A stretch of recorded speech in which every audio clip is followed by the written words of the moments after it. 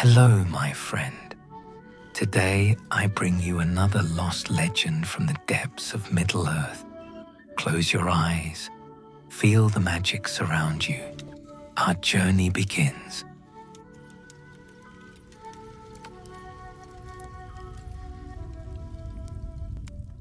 There is a garden on the western slope of a forgotten isle, where the trees do not bear fruit, but names.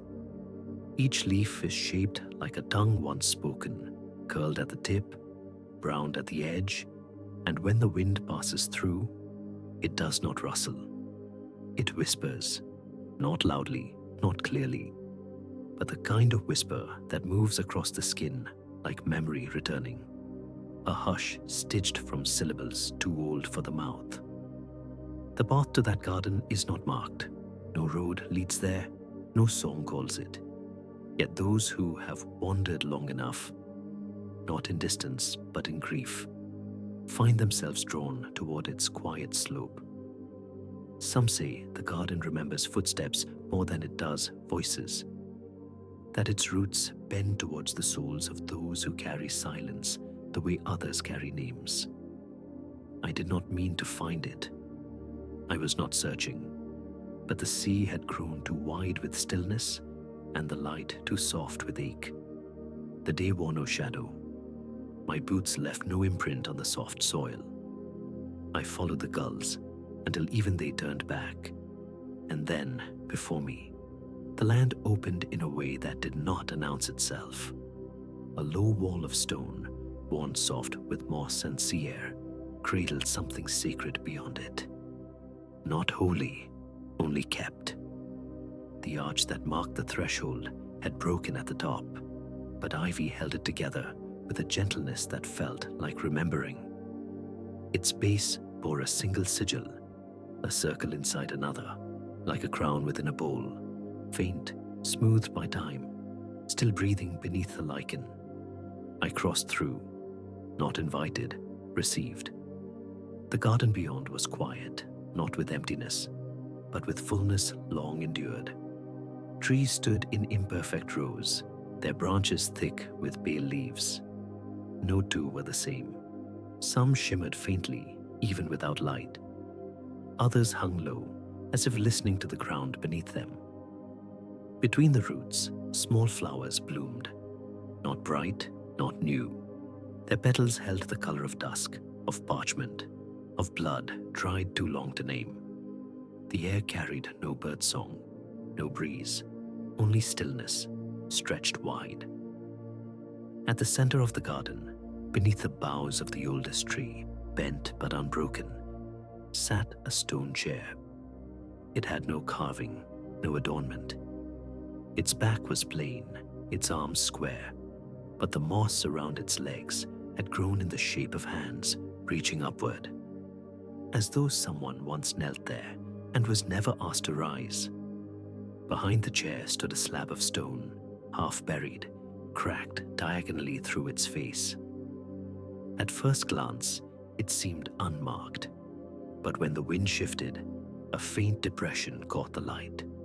The same circle within a circle. This was not a grave. It was not a monument.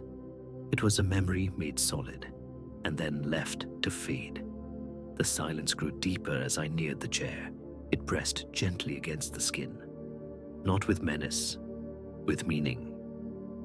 I felt my breath slow, not out of fear, but in reverence. Something in the air was not waiting, but remembering long before I arrived. I did not sit.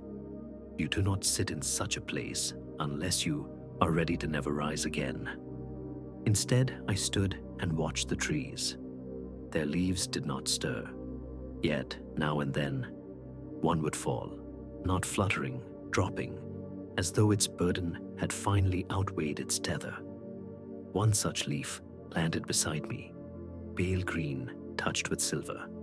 Its underside bore lines, not veins, words, a language with no vowels. I reached for it, but before my fingers met its skin, it withered into dust, not decay, release. The scent it left behind was not floral. It smelled like the back of an old cupboard, like folded cloth in a locked drawer, like letters never sent. It smelled like longing. I stepped back from the chair and turned slowly through the garden. The path was not marked, yet I found myself drawn toward a low depression in the grass, nearly hidden between two knot-rooted trees. There, beneath a rise of soil, something glinted. A bowl, small, bronze, cracked along one side, and yet whole in a way that the crack could not undo. It sat atop a stone, not a pedestal, just a flat rock, shaped by time and pressure and purpose. Around it, the grass grew in a circle, short and even, as if it had been trimmed by thought, not blade. I knelt beside it, hands in my lap. Inside the bowl, nothing. Yet I felt the weight of it, as surely as if it held the sea. I did not touch it, but in my presence, the crack glowed, faintly, briefly. And within that light, I saw a face, only for a moment, eyes closed, brow smooth, lips parted in the shape of a name. Not mine, not anyone's, only a name. The light faded, the bowl dulled, and in its silence, the garden spoke. Not aloud, not in language, in memory. A single truth, as clear as breath. This place was not made to be found. It was made to remain, to outlast the forgetting, to carry the shape of a choice that once unthreaded the world's breath. Elros, not a king, not yet, only a man who chose. And in choosing, became a wound the land could not close. The chair, the bowl, the leaves, the stillness, all remnants of that one motion. A hand reaching toward the crown, knowing the weight of it would echo into the root of all things. I rose with care. The garden did not resist. The path opened again, not in the earth, but in me. And I followed it, walking softer now, though my feet made no sound. When I reached the arch once more, I paused. The stone was warmer than before. The ivy had shifted. The sigil had deepened, as though the place had taken one more breath and would now hold it until the next dreamer arrived. That night, I did not sleep easily. The sound of leaves falling stayed with me, not sharp, software, but final. And when I closed my eyes, I did not dream of the garden. I dreamt of a bowl set upon the sea, floating, empty, but full of the weight that made the tide rise just a little higher and never fall the same again. There is a stair carved into the side of the inland cliffs, far from where the waves can be heard, though the stone still tastes of salt. It descends, not upward, not downward, only inward. And each step is shallower than the last, worn soft at the center by no feet, only forgetting. The air here is thinner, though no mountain stands above it. Light comes from no direction. Everything glows faintly, as if the world had grown translucent from carrying the same grief too long. I found the stair by walking with no thought of arrival. The trees had thinned behind me, not vanishing, but withdrawing, like a conversation losing words. I passed through low grass that did not brush my ankles, though it rose high enough to do so. And then, suddenly, there was stone, not shaped by hands, only worn into shape, the way sorrow hollows out even the strongest surface. The steps led into a cleft, where two faces of rock leaned together like elders in mourning. At the mouth of it hung a bell, no rope, no crack, just a bell, green with time, suspended by a fraying vine that had wrapped itself around the beam in a spiral of quiet desperation. I did not touch it. I did not even stand close. Yet I felt the weight of what it no longer rang for. A weight that gathered in the chest, just beneath the collarbone, and hummed when I breathed. I began to descend. Each step was silence layered upon silence, the kind that builds not from absence, but from repetition, like a song so long forgotten that only its shape remains in the body. About halfway down, the air thickened, not darker, not colder, just more complete, as though time had settled here and would not rise again. The walls pressed gently inward. On them, faint markings remained, not symbols, not script, just indentations, rubbed smooth by hands that never left their names. At the bottom, the stair ended in a chamber without corners, round, low, wide enough for breath, but not for echo. There was a pool in the center, shallow, still, dark as ink before it dries. It reflected nothing. Not my face, not the stone above, not even the flicker of light that had followed me down like a memory too soft to hold. I knelt beside it, careful not to disturb the edge. The water did not glimmer, it did not shift. Yet I felt it looking back. A bowl sat beside the pool, not placed, grown. It had the same shape as the one I had seen in the garden, but smaller, smoother, as if worn not by time but by care. Its rim was lined with something silver, but the silver did not shine. It breathed very slowly, the way lichen breathes or old vows. I did not reach for it, I waited. And in that waiting, something changed. Not around me. Within. A thought surfaced. One I had not shaped myself. One I had carried for years without knowing. A question too old for words, made only of ache. It rose behind my ribs, passed through my throat, and settled at the back of my tongue. Still, I said nothing. The bowl did not ask. The pool did not move. But I heard a voice then. Not aloud, not in the air. Inside the stair itself. Inside the walls. A voice made of dust and slow, remembering. It spoke in the rhythm of breath, not mine, someone else's. Someone who had breathed long ago and had never exhaled. And in its speaking, I saw not a vision, but a shape.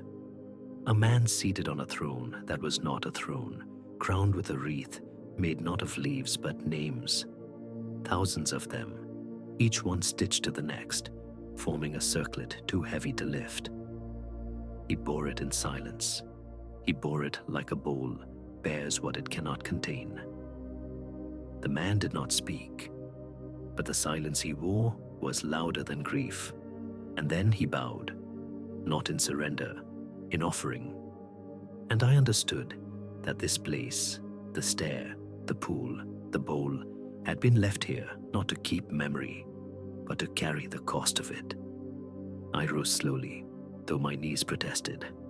The bowl had grown heavier, not in weight, in presence, and though I did not touch it, I felt it touch me. A warmth then, low, steady, unnamed. A warmth that did not comfort, but reminded that the crown taken had never been put down, only passed on and passed through, into stone, into root, into bowl. I stepped away. The stair accepted my retreat. No sound followed, but I felt the rhythm shift behind me. A pulse in the stone, faint and slow, like a bell rung centuries ago, still echoing in the marrow. When I reached the top, the air opened again. The sky was pale with morning, though I had not seen the sun in days. The bell above had shifted, not swung, tilted, as though it had leaned to hear me better. I passed beneath it without looking up. The trees welcomed me again with quiet. The path folded closed behind my steps, but the silence stayed with me, pressed into the space just behind my heartbeat. That night, I dreamt of bowls, dozens, some full of water, some dry. One cracked entirely down the center, but still holding something that glowed, not light, just the memory of warmth. They hovered over a field of white grass, turning slowly in the air. And one by one, they began to tilt, not to pour, to remember. And I woke with salt on my lips. Though I had not wept, though I had not spoken, though I had not touched the pool. Still, it had touched me, and left a silence in my breath that would not leave. There is a shore hidden deep within the island's belly where no tide ever reaches, though the sand is damp and the air carries the hush of waves. It is not found by turning towards the water, but by turning away from light, from wind, from all that moves. The path descends through hollows where roots braid together like hands in sleep, where moss grows not on stone, but on silence, and each step feels as though it is being taken beneath the skin. I came to it in the hour when sound forgets itself, that hush just after the birds cease, but before the stars begin to sing. My feet found a passage between two leaning stones, narrow as breath, and I passed through without thought. The air shifted behind me, not colder, not heavier, only quieter, as if something had paused its weeping. The huge tunnel narrowed. I did not need to see. My fingers brushed walls that pulsed faintly beneath my touch, stone warm with remembering. I walked for a long time, though the measure of it escaped me. Time does not keep its shape here. It softens. It folds. When the passage widened, it opened not into a cave, but into something older. A space that had never been hollowed, only uncovered.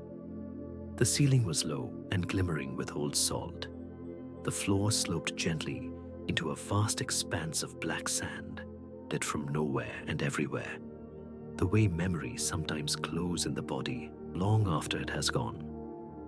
And at the center of the shore, half buried where sand meets stone, there was a door, not set upright, not sealed, laid flat. Its wood was silver gray, smoothed by age or hands or sea. Around its edges, a ring of dried petals, curled, brown, still fragrant with the sweetness of something once promised. And upon it, in the center, lay a bowl, porcelain, hairline cracked. Its inside was stained with something dark, not liquid, not earth. A shadow perhaps, held gently at the base, unable to rise.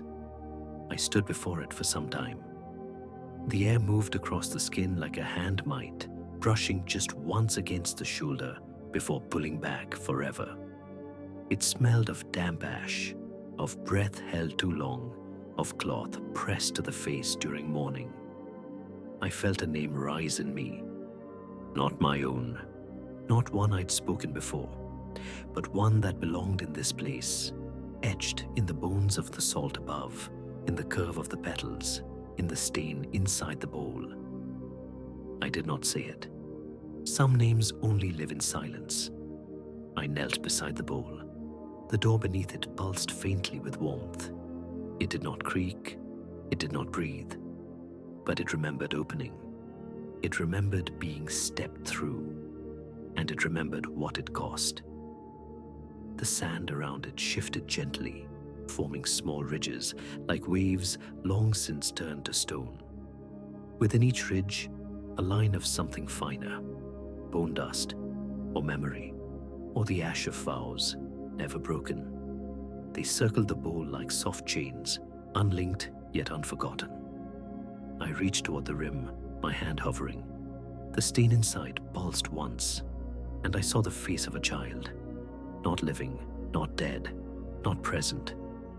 A face shaped by absence, framed in shadow, with eyes that reflected no light. The image did not frighten. It ached, like a song without a last verse. The bowl did not move, but the door beneath it breathed once, a soft rise, a softer fall. I withdrew my hand and sat back, and for the first time I noticed the walls of the cavern, not made of stone but of shelves. Each shelf held bowls. Each bowl held something different. One cradled 3 strands of hair, curled in a spiral. Another, a strip of linen knotted 3 times. A third, cracked down the center, held only wind. And one, high above, out of reach, was filled with sand, but the cranes moved as if remembering water. No two were the same, but all bore the same weight, the weight of keeping, of being shaped not to serve but to hold what could no longer be borne. This was no shore. This was a vault, a reliquary for the forgotten, and I was standing in its breath. The bowl on the door was not the first, but it was the last to be placed, and the first to be unclaimed. I rose without speaking. The door exhaled again, slower now, deeper. The petals around it began to soften, as if the memory of blooming had returned. And I thought then, not in words, but in knowing, that this place had waited too long, not for a person, for a choice. I turned to leave, not out of fear, but completion. My presence here had stirred nothing, only reminded the space of its own sorrow. The passage welcomed my steps, though I could no longer feel my feet. The hush grew heavier as I climbed, not with burden, but with reverence. My hands brushed again against the walls, but now they felt cooler, steadier. The pulse had faded. The memory of breathing had settled back into stillness. When I emerged, the sky was the color of iron, and the trees stood like figures listening through time. I did not return to my dwelling. I walked to the stream. There, beside its unmoving surface, I placed my hands into the water. The current did not stir, but the chill entered me slowly, the way grief returns when the guests have gone and the house is quiet once more. I did not speak of the bowls. I could not. But that night, I took the one from my table, plain, unmarked, dry, and turned it over. Beneath it, on the base, I found a faint groove, a circle within a circle, and suddenly, the bowl felt heavier. I did not set it down. I held it in both hands and waited for the dark to soften. And in that waiting, I felt it fill, not with water, not with light, with something quieter. A silence shaped like a name I had never said aloud and would never forget again. There is a hall sunk into the slope beneath the weathered ridgeline, where the sky folds tightly and the clouds seem not to move but to hover. Suspended above the earth, like breath before weeping, the stones that make up its roof have long been covered in creeping moss, and from above, it resembles nothing more than a low mound of forgetfulness. But below, beneath the layers of root and time, the walls remain, not whole, not broken, only listening. I found it when the wind changed direction and carried the scent of dust turned to memory, a hollow smell, dry and intimate, like the air inside a chest that had been sealed since the age before names. I followed the scent down a narrowing trail where reeds bent without wind and stones lay in patterns too deliberate to be accidental. The ground began to echo softly, not beneath my feet, but within the breath. And then the door appeared. Not a door in the way we name such things. No hinge, no frame, no weight to open. Just a slab of dark wood set into the earth, carved with faint spirals, and a single hollow at its center, where a bowl once rested. It was gone now. Only the mark remained. I stepped over the threshold without lowering my head. The air inside did not resist. It curled around me gently, as though recognizing a shape long absent. The passage sloped downward, slowly, in a wide arc that required no torch. There was no darkness here, only the dimness of grief preserved, a kind of soft twilight that allowed the walls to speak in texture, not in color. The hall opened gradually, no sudden vaulting, no grand chamber, only a space that knew how to hold quiet. Pillars lined the outer rim, each one unique, each one worn. Upon their surfaces, not figures, not symbols, only impressions. as though the hands that built them had pressed into the clay while it was still dreaming. And at the center of the room, where the floor dipped gently as if to cradle something long cradled, stood a table of pale stone, and upon that table, a bowl. This one was wide and low, carved from what looked like marble soaked in milk. Its edge had worn smooth from time or touch, and inside it held only one thing, a key, thin, bone-colored, fragile, too small to turn anything, too elegant to be used. It lay on its side as though placed with apology. I did not touch it, but I felt the weight of it press into the quiet. It did not shimmer. It did not gleam. It remembered. Behind the table, against the far wall, stood a figure. Not a person, not a sculpture. Something between. A form molded from clay and time, cloaked in a sheet of aged linen, stiff with disuse. Where the face should have been, there was only a hollow. Where the hands should have rested, two indentations, filled not with dust, but with something softer, the remains of moss or hair or breath. It stood still, not lifeless, waiting, not for motion, for recollection. I circled the table slowly. The key did not move. The bowl did not tremble. But the walls deepened, a sensation like the air pressing inward, wrapping tighter around the edges of the heart. I remembered a lullaby, though I had never heard it. A song with no melody, only weight. The kind sung not to soothe, but to preserve. A tune folded into cloth, into stone, into the marrow. The pillars began to hum faintly, only when I closed my eyes. Not sound, not vibration, only the deep ache of being remembered by a place you have never entered before. I placed my hand on the edge of the table. The stone felt warm, not from the air, but from within. And the key, for the first time, cast a shadow, a long one. It stretched towards the hollow figure, toward the wall behind it, where I now saw what I had missed. Another bowl. This one was broken, split down the middle, as though struck, though the pieces remained together. Nothing held them there, no cord, no seal, only refusal. It was not empty. Inside it lay a strip of cloth, curled as if once tied around a wrist. Faint lines of red stained its center. Not fresh, not blood, only the ghost of belonging. I stepped back. The bowl did not shift. The figure did not breathe. But something beneath the floor pulsed, a rhythm like footsteps, long since faded, still echoing in the stone. And I knew, without question, that someone had once stood here and left a vow behind. Not a promise to act, a promise to remember.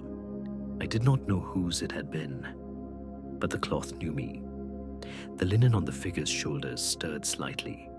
No wind, no movement, only knowing. The silence in the hall shifted, not broken, unfolded, like a hand that had waited too long to be held. And in that unfolding, I heard it, the sound of a key turning in a lock that no longer exists, the faint click of a memory opening inward. Not a door, a bowl. I turned slowly, not to flee but to seal the moment, to press it into my ribs, where it would live without name, but never leave. As I walked the arc of the passage back toward the light, the air grew cooler, not with warning, with grace. The door behind me, though never closed, seemed to vanish once more into the earth. When I reached the surface, the sky had shifted, paler, lower, not storm, not dusk. Something in between, a hush made of air too tired to sing. And in my pocket, though I had not placed it there, a thread of cloth, curled, red-stained. Software, I held it in my palm as I returned to my small room by the stream. I did not light the hearth. I placed the cloth in the bowl on the table. The bowl that had once been empty, And in that moment, it wasn't. The shape of something sacred settled into the air. No name, no figure. Only the sense that a vow kept too long had finally found breath, and the silence around it softened. There is a field in the north where the grass has not grown straight for generations. It bends, always, toward the east, not with the wind, but with memory. Each blade holds a slight curve at the stem, as though it once leaned against something that is no longer there.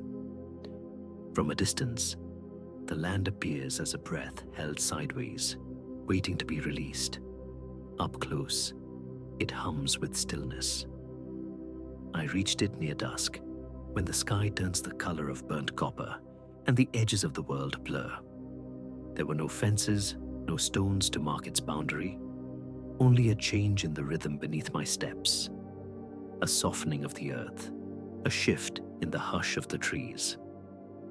The path behind me did not vanish, but it became less certain, as if the field had begun to remember something I had not yet lived.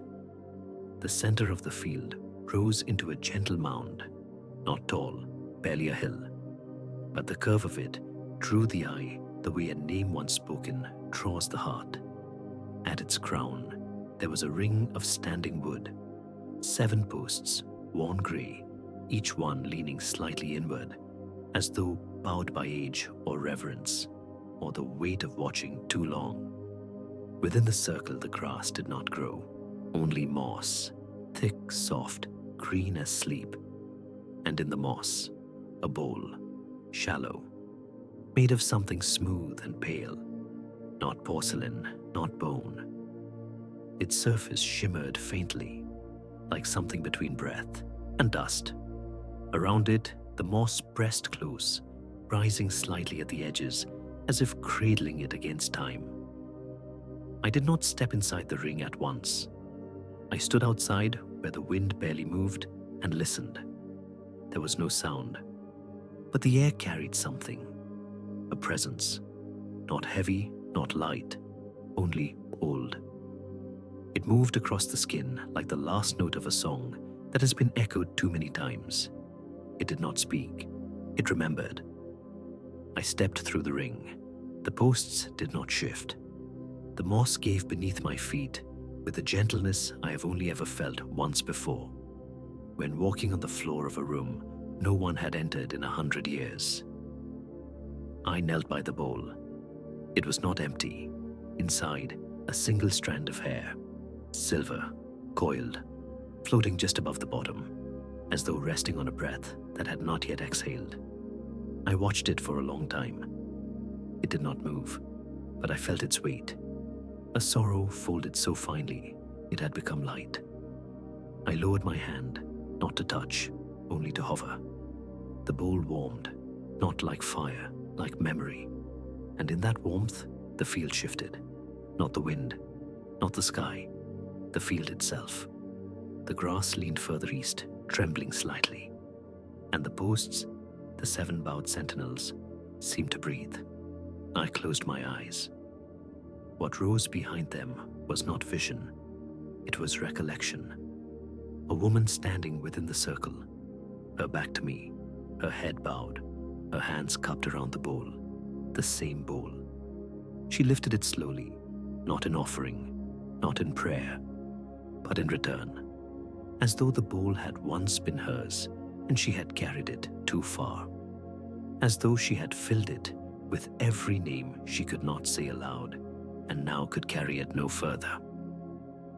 The wind rose around her then, not wild, gentle, the way wind moves through a room after morning. It wrapped around her hair, lifted the silver strands from her shoulder, and placed one, just one, inside the bowl. Then she vanished, not disappeared, returned, and the bowl settled back into the moss. I opened my eyes. The bowl remained, the strand remained, the silence held.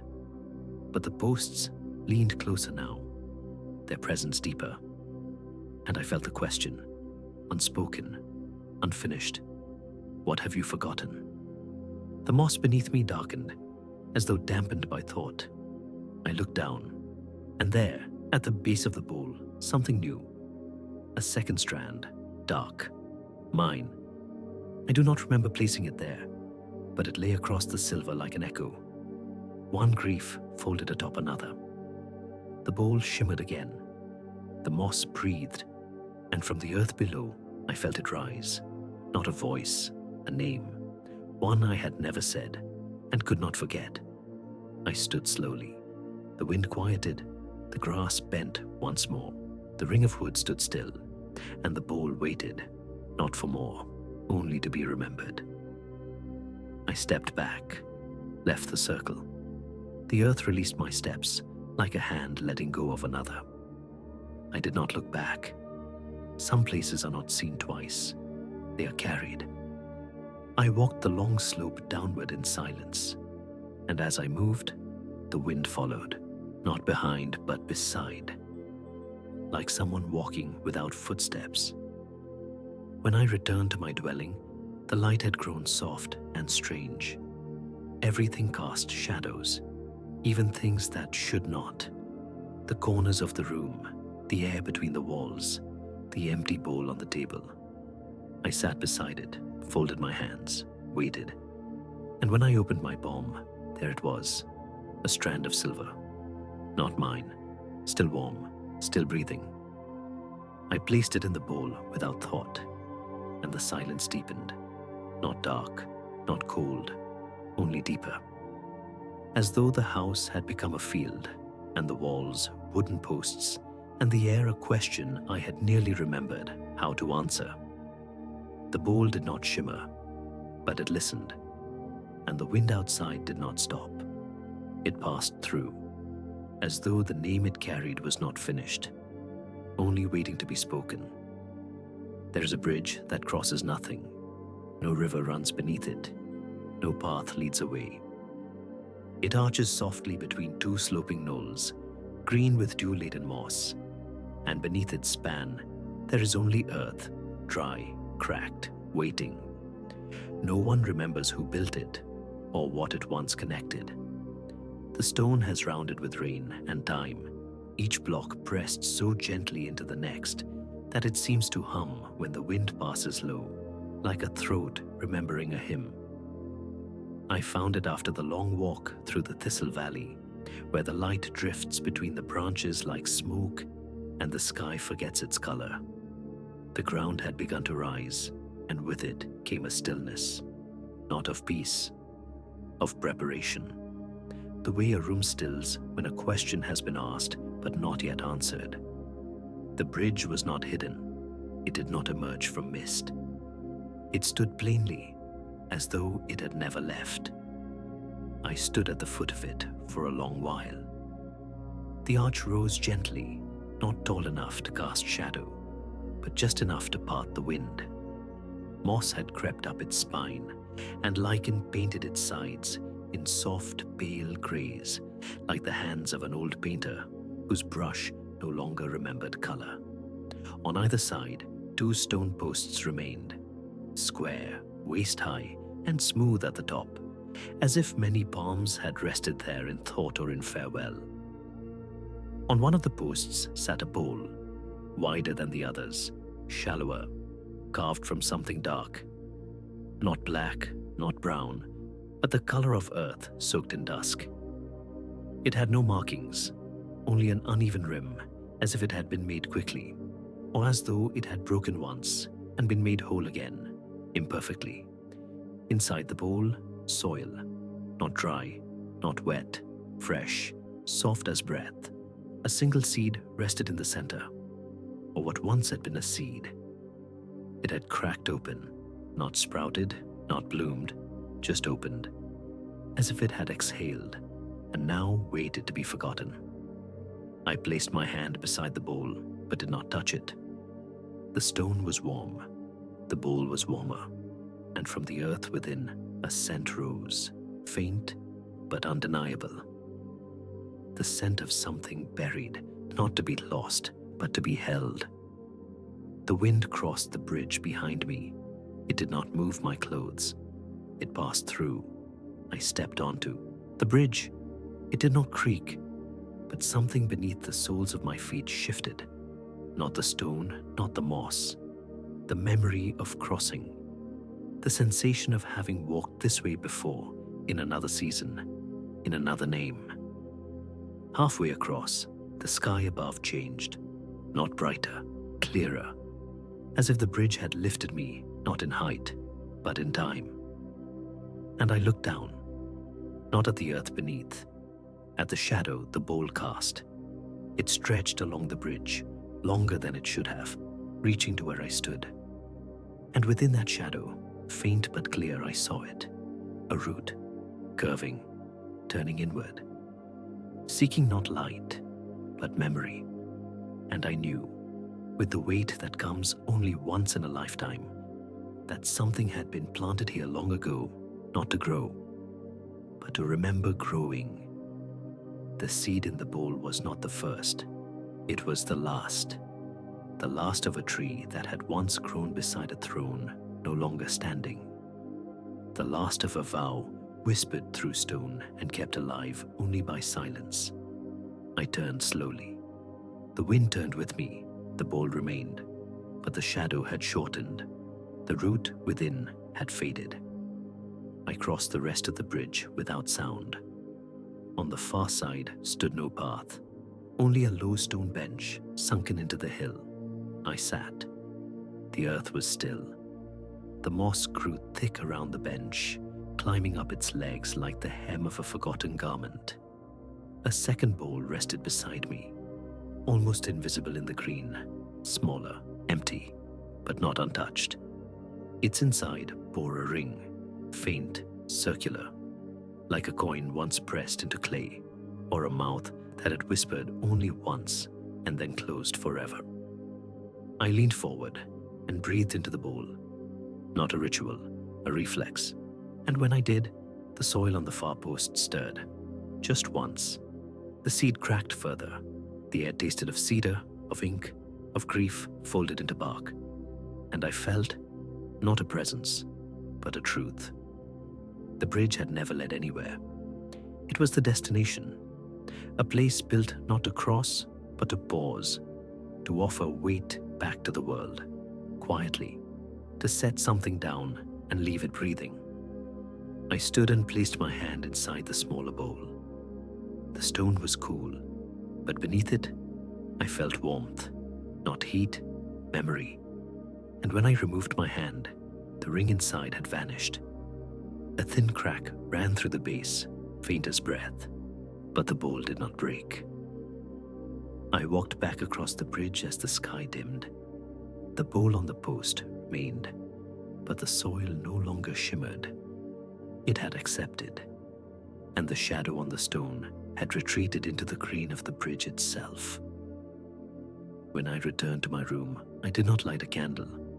I placed the bowl from my table on the floor, and in the center, I placed a single grain, not seed, not sand.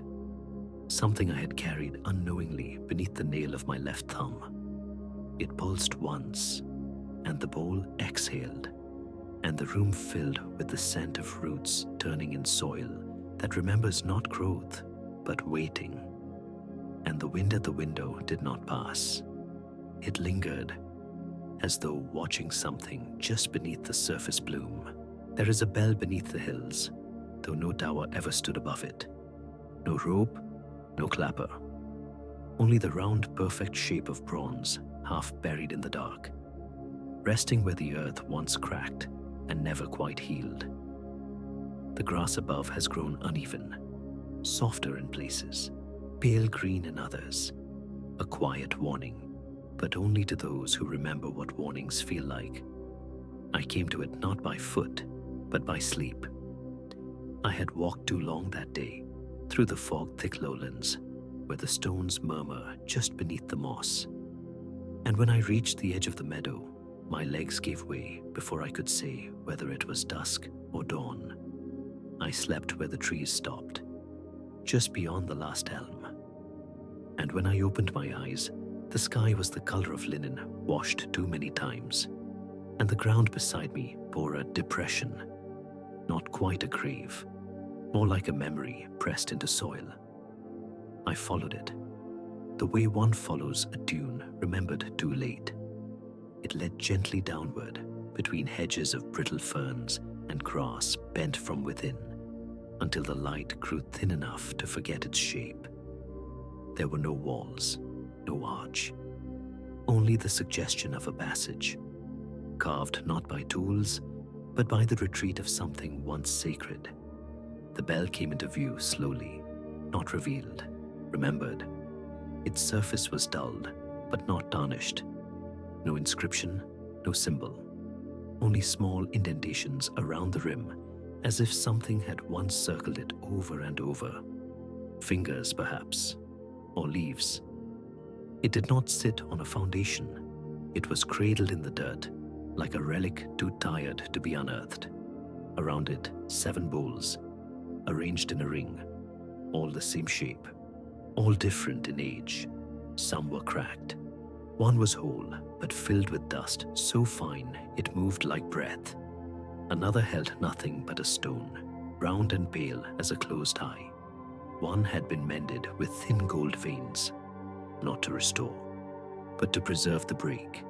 And another, the one nearest the bell, held a thread, just one, red, looped into a figure 8, as though tied and then untied in the same motion.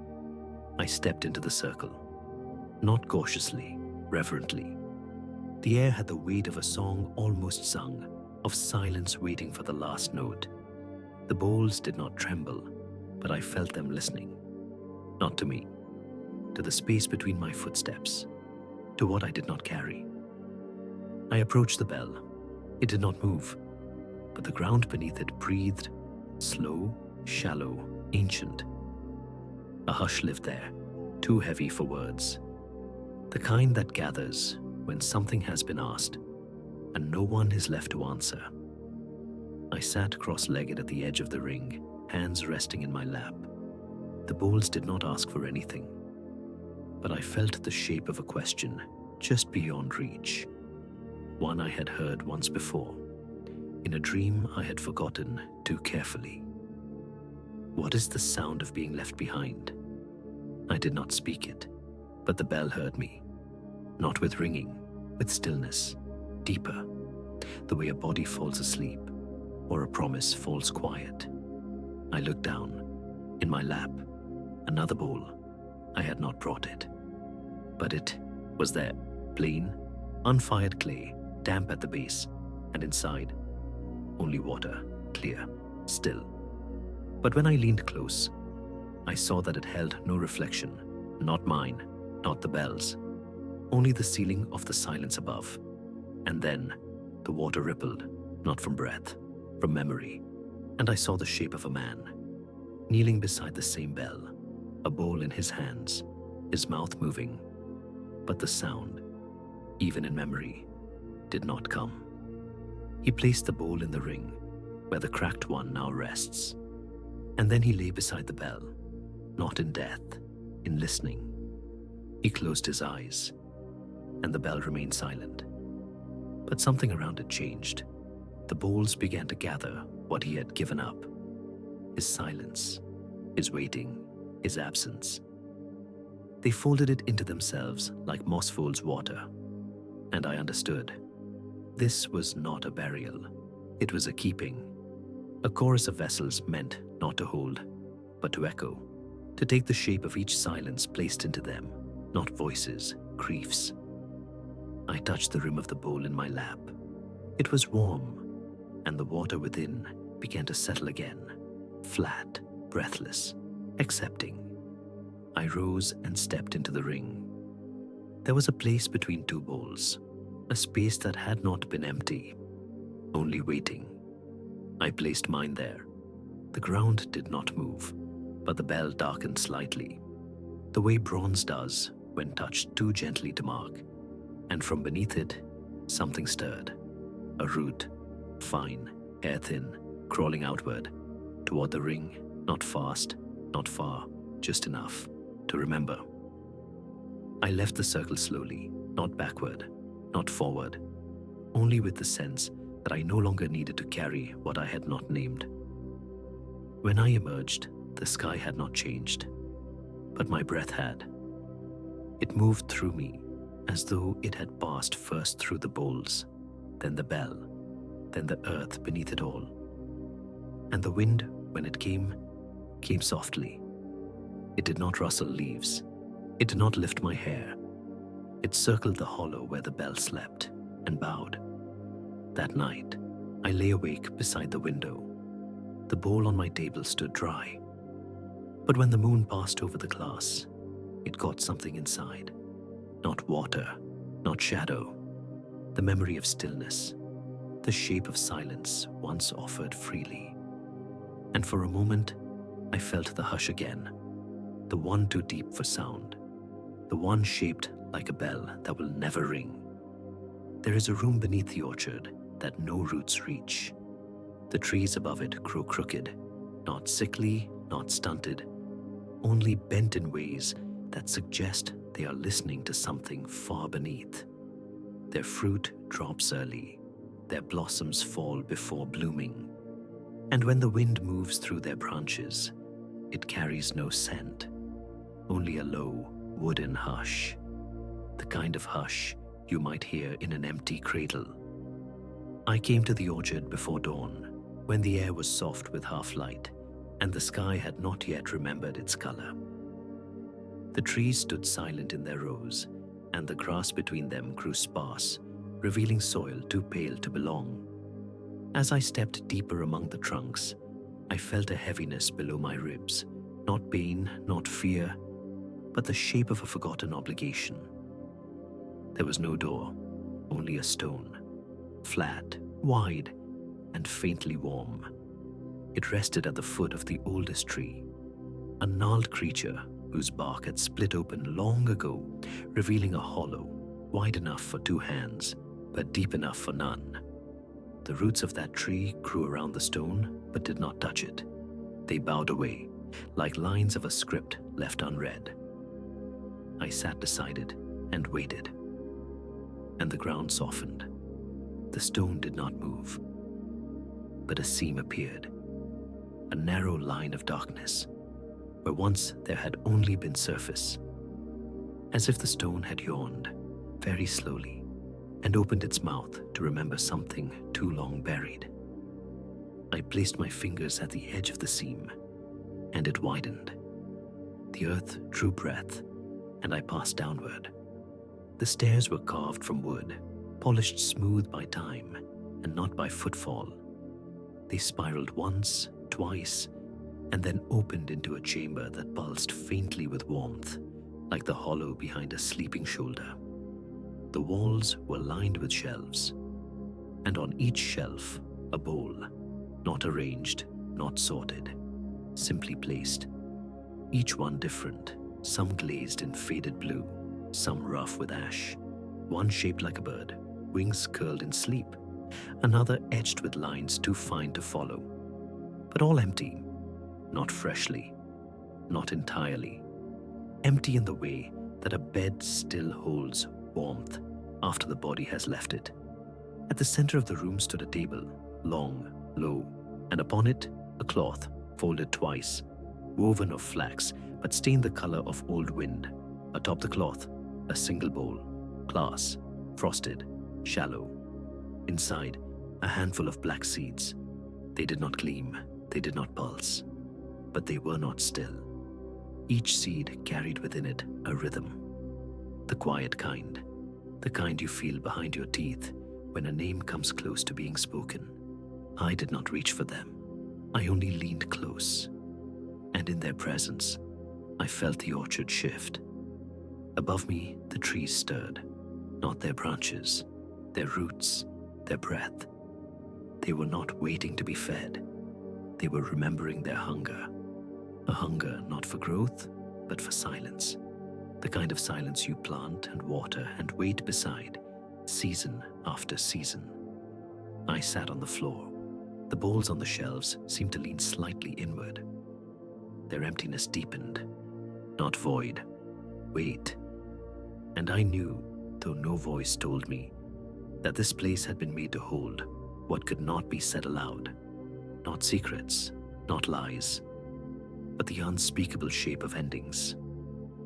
There was a bowl on the nearest shelf that bore a crack along its side. I turned toward it.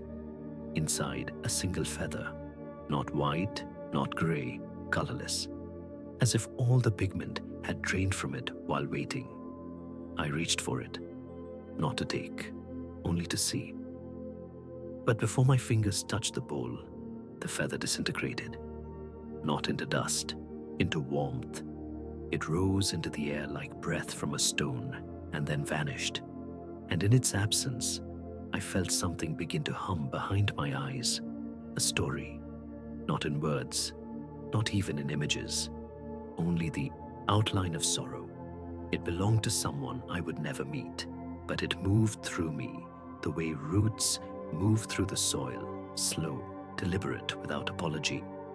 I closed my eyes and saw a child, alone, sitting in the orchard, holding an empty bowl, whispering into it, over and over, the same word, a name I almost knew.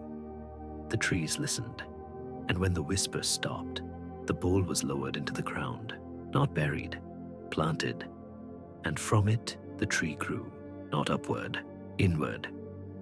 I opened my eyes, and the cloth on the table had unfolded. The seeds were gone, the bowl remained, but now, at its bottom, a ring of moisture, not water, condensation perhaps, tears perhaps, from the breath of a vow no longer spoken. I stood and turned slowly. Each bowl on each shelf had changed. Some bore symbols where none had been, some bore nothing, but seemed heavier. One cracked, almost inaudibly, in the far corner, but none of them spilled, none of them complained. They had been waiting too long for that. I climbed the steps again in silence, and when I reached the surface, the orchard had bloomed, not with flowers, with fruit, dozens of them, low-hanging, colorless, round and soft and impossible. They did not sway, they did not fall, but each one bore a mark, a shallow bowl shape pressed into its skin, some whole, some broken, some open, as if still listening. I walked home before the wind could change. When I reached the room, the bowl on my table was warm. I lifted it, nothing inside. But when I turned it slowly, I saw a shape forming.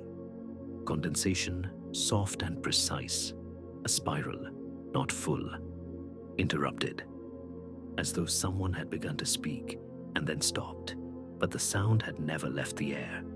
I set the bowl down and whispered once into it, not a name, a vow, and let the silence return to hold it. There is a path behind the mill pond where no footsteps ever last. Even the deer avoid it. Even the wind grows quiet there. The reeds along the water's edge lean toward it, but never cross. And in summer, when the air is thick with the hum of dragonflies, the path remains untouched, narrow, smooth, and always slightly damp, like breath exhaled through stone. I found it while tracing the waterline at dusk, the sun slipping low into a field of glass, and the world holding its breath in that space between shadow and reflection. My hand brushed the tall grass, and the blades gave way, not with rustle, but retreat, folding gently until the earth beneath revealed itself like a forgotten doorway. The path wound inward into the slope behind the mill where the moss grew in patchwork forms. Its stones were flat and close together, almost deliberate, but not laid, remembered. I followed, the way a thought follows the pause after a name is spoken, not seeking, returning. At first, the trees remained close, thin, quiet things, their bark smooth and pale, like memory stripped of color. But the farther I walked, the thicker they became, bent, coiled at the base, their trunks leaning toward one another until the light between them thinned to a kind of hush. The air smelled of closed windows and old linen, clean but preserved. Then, without announcement, The trees stopped, and I came to a clearing, small, circular, sunless. At its center, a slab of granite, wide and low, polished by use, not craft. On it rested 4 bowls. Each faced a direction. Each bore a pattern I had never seen, and yet could nearly trace with closed eyes.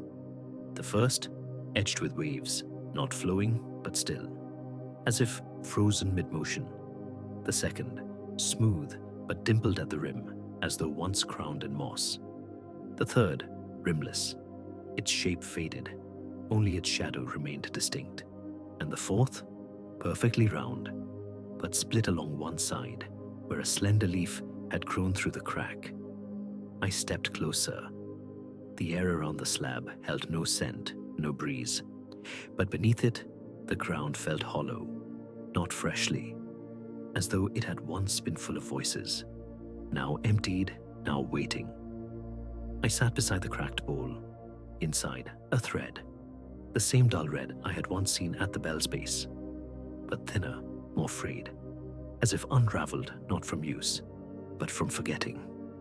The other bowls were empty, but not clean.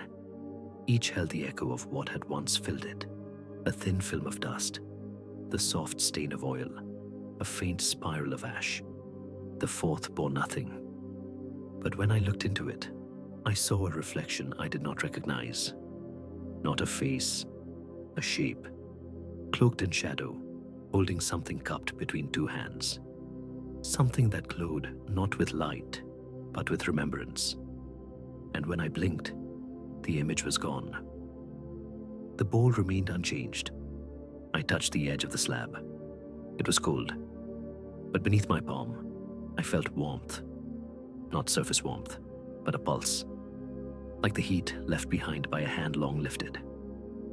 The clearing was quiet, but the trees, now behind me, felt nearer. Their silence leaned inward. Their roots pulled toward the stone, not to feed, to listen. And I understood.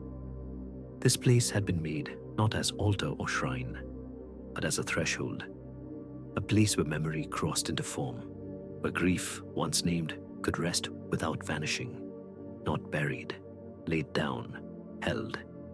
Each bowl bore a story unspoken, not hidden, guarded. I rose slowly and placed my hand above the rim of the bowl with the red thread. The thread lifted, not by wind, by memory.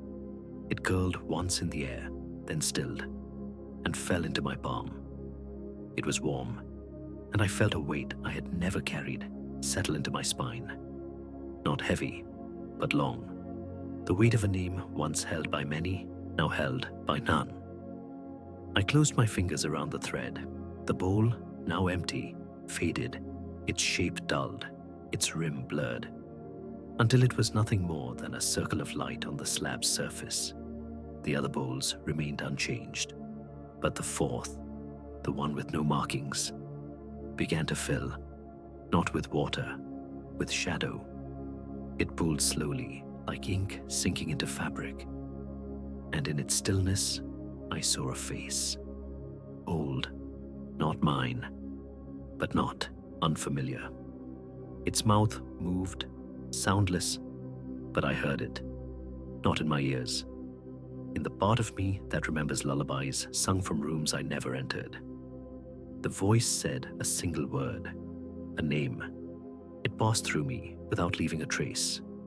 But the bowl darkened, the clearing dimmed, and the trees, though they did not move, seemed to turn away, as if what had been spoken was not for them, as if it had unstitched something ancient in the soil beneath. I placed the thread into the shadowed bowl. It did not sink, it vanished. And the bowl emptied again. I turned to leave. The slab held no mark of my presence. Only 4 bowls, 3 now visible, 1 now forgotten, the thread gone. But its warmth remained in my hand. When I stepped past the edge of the clearing, the trees parted again, but the hush followed me, and the stones beneath my feet no longer felt quite solid, as though they remembered the weight of all who had walked before me and now measured mine. When I returned to the mill pond, the water had stilled. No ripples, no light. But on its surface, 4 faint circles shimmered, not reflected, resting, each with a center, each with a silence all its own. And as I passed the edge of the reeds, they leaned slightly toward me, not in greeting, in recognition. I walked home beneath a sky that held no stars, only space. And in the room, the bowl on my table had changed. It bore a crack along one side, and through that crack, a red thread emerged, not pulled, offered, and I let it remain, cupped within the silence. There is a hill west of the old fields where no birds nest, though the trees are many and the sky is wide. The grass upon it grows in thin, brittle waves, not wild, not tame, like something planted long ago by hands that forgot the shape of intention. At its crown stands a well, circled by pale stones. No rope, no bucket, only the hush of a depth no one has measured. They say the hill never casts a shadow, not because the sun refuses, but because the hill remembers too much. I walked there when the frost had just begun to soften. The earth was damp, not from rain, but from something older, a kind of breath rising from below. My boots left no prints. The grass bowed beneath them, then rose again, as if unwilling to hold the shape of passing. There was no path, but the wind seemed to guide me. It moved in low spirals, not harsh but constant, like a voice repeating the same soft phrase again and again until it no longer meant anything but rhythm.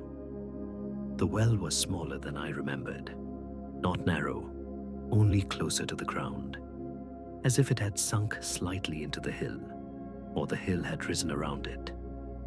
I stepped close and knelt beside it. The stone rim was cool, worn smooth by centuries of palms.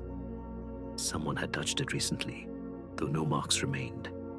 The lichen along its edge was undisturbed, yet I could feel the echo of fingers pressing there.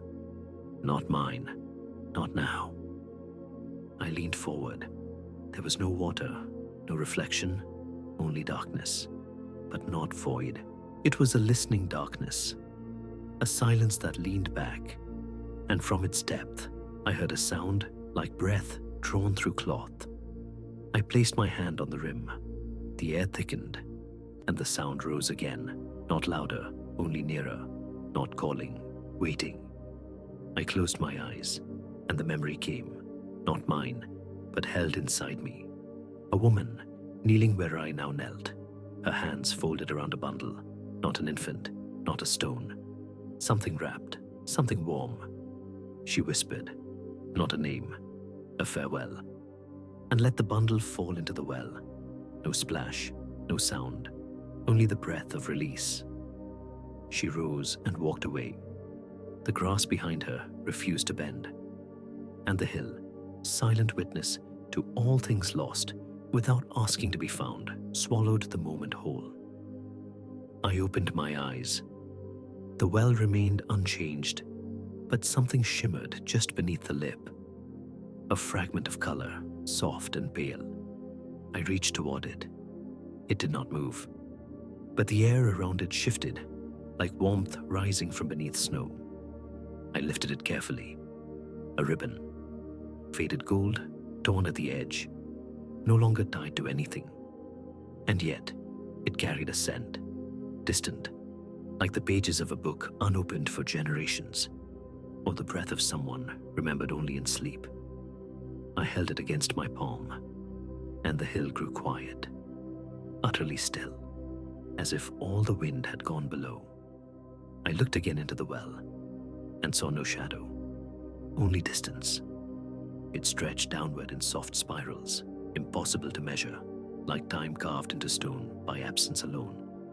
At the bottom, though there was no true bottom, a shape, round, small, a bowl, not placed, left, empty, or full in a way I could not understand. I did not speak. Words here would not stay. I only lowered the ribbon, gently, not to return it, to honor its journey. It did not fall. It drifted, spiraled, and as it vanished from view, I felt something in me unwind, not unravel, only soften, as if a name I had never known was finally laid to rest.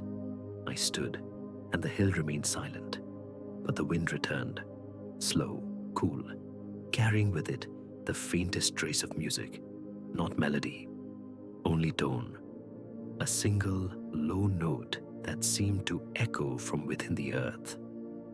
I followed it downward, back through the grass that refused to speak of what it had felt, past the trees whose branches curled inward like folded wings, toward the edge of the field where stone met root and memory turned back into dream.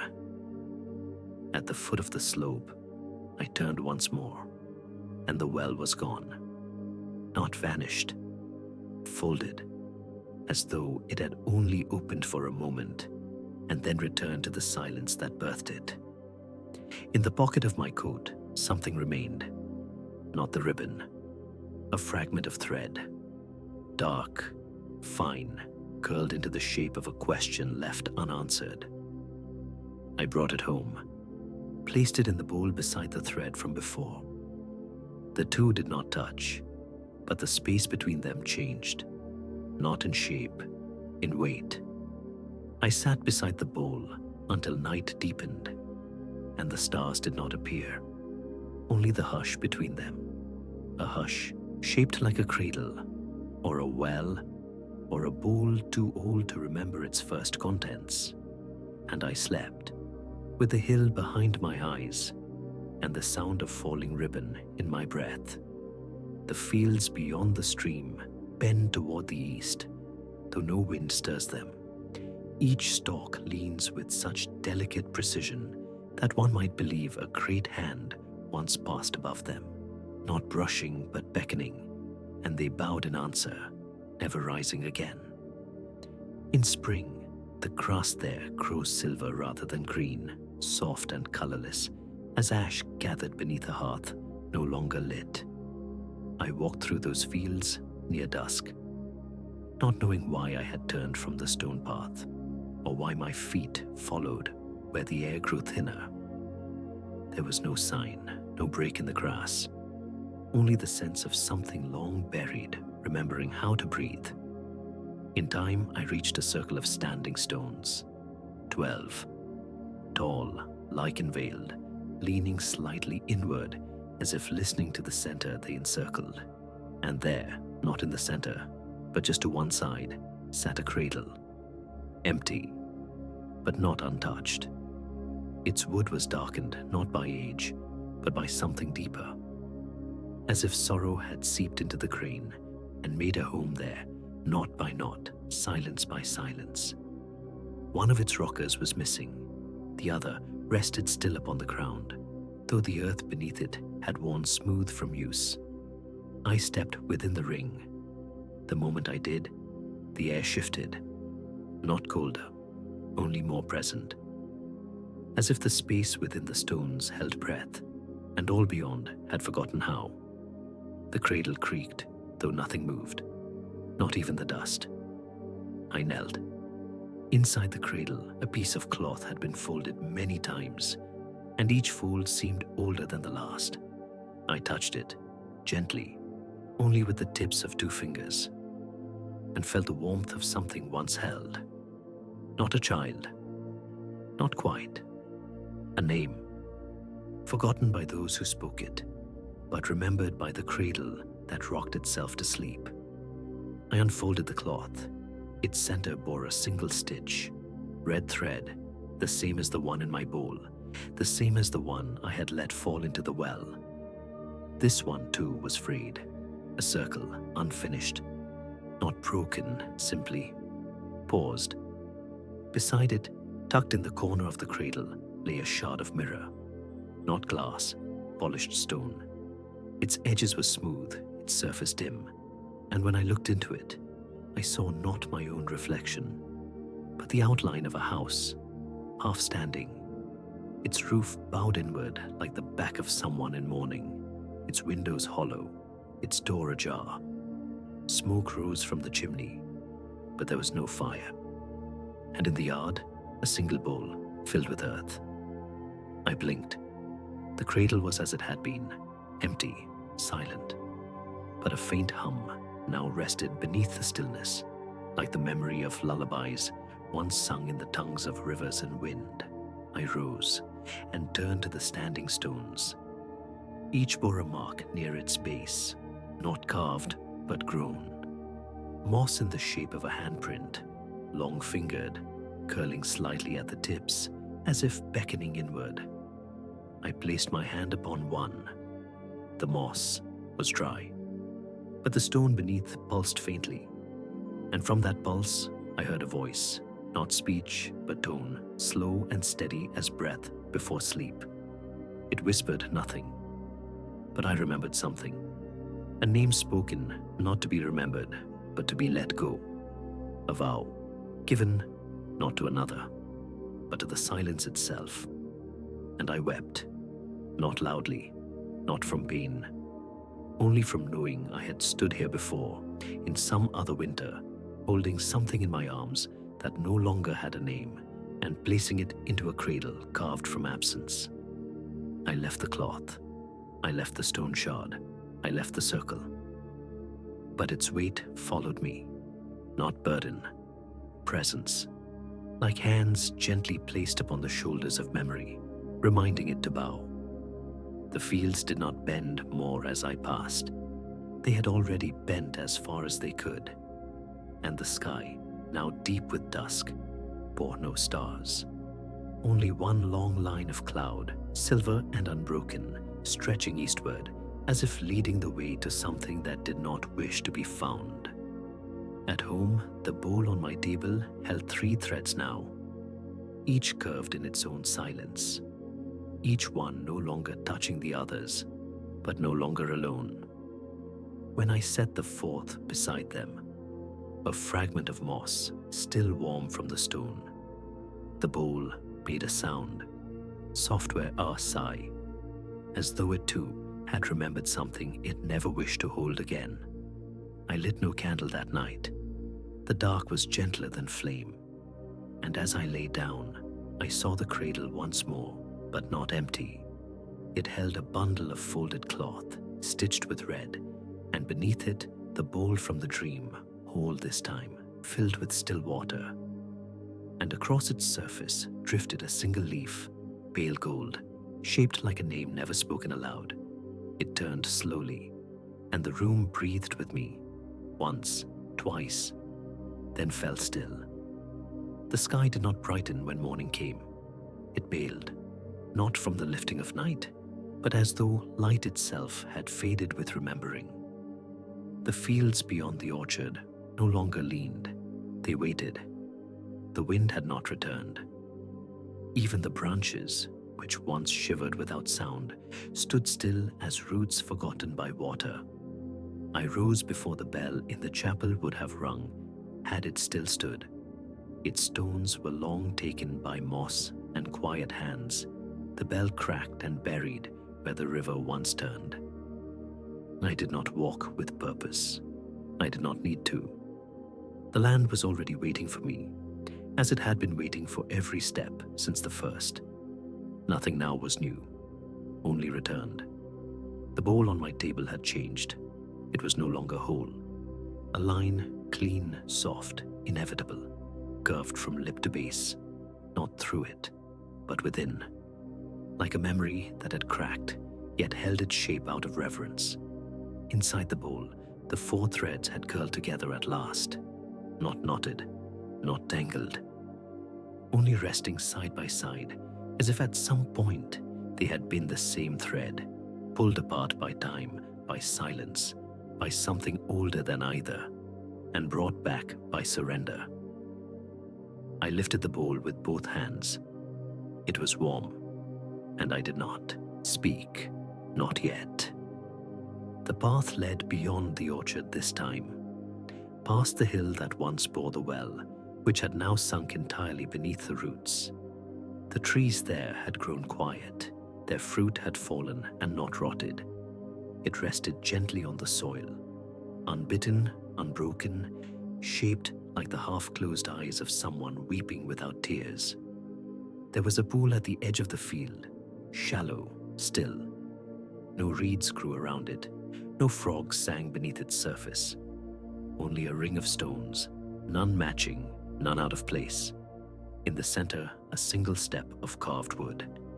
And on that step, a mirror, the mirror from the cradle, but now whole.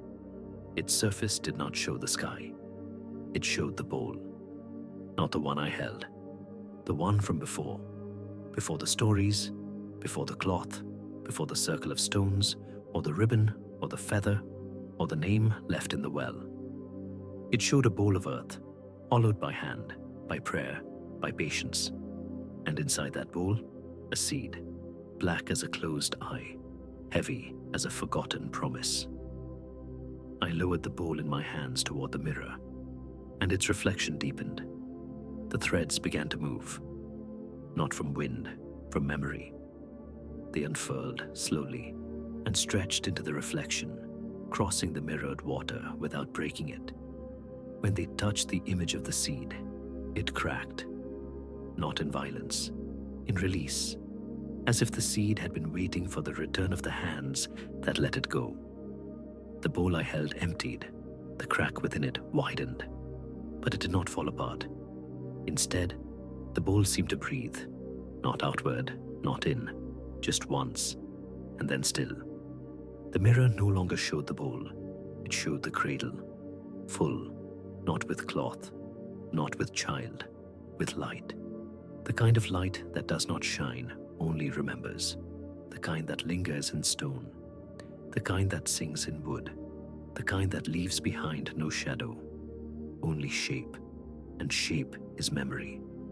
I placed the bowl within the pool. It floated, though it should not have, and the water took its warmth, then stilled again. The trees did not stir, the sky did not shift, but I felt the land exhale, not with peace, with acknowledgement. There was something beneath the pool, a name, not one I could say, only one I could carry. I dipped my hand into the water. It was cold, and when I pulled it back, it held nothing, but it remembered. The way stones remember being touched by rain. The way lullabies remember the mouths that shaped them. The way we all remember something before the first breath, though we never know its shape. I left the bowl behind. I left the pool. The path home was not the same. It never is. The orchard bowed as I passed, not from breeze, but from bearing witness. The trees had grown new blossoms, pale, veined with silver, shaped like the open hands of someone who no longer asks for return. When I reached my room, the bowl was no longer on the table. It had never been there.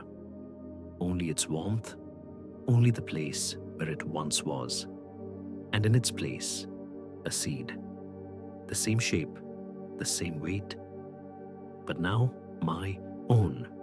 I wrapped it in cloth, folded 4 times, stitched once, a single red circle closed at last, and beneath it I wrote no name, only a mark, half spiral, half silence. It was enough.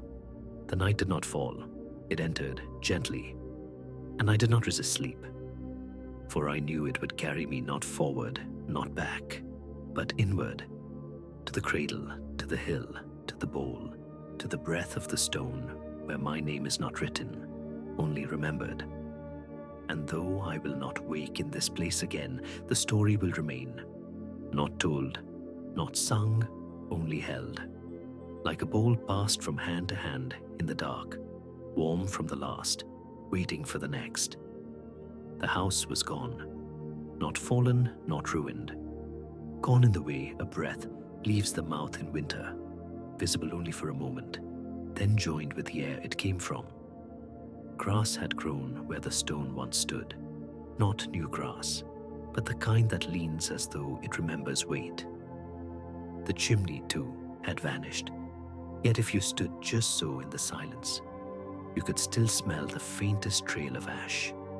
Not fire, only the memory of something kept warm too long. The cradle remained. It stood alone in the field beneath the place the stars had once gathered. Its wood had darkened with the rain, but not cracked. The grain shimmered faintly when the mist passed low, and on some mornings, the moss crept just far enough along one leg to seem like a hand reaching back. No one touched it now, no one dared.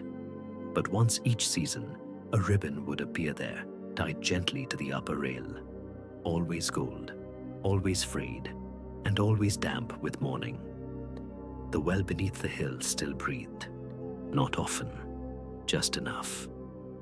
Its stones had settled into the earth like ribs beneath a burial cloth, and the grass around them grew in a spiral.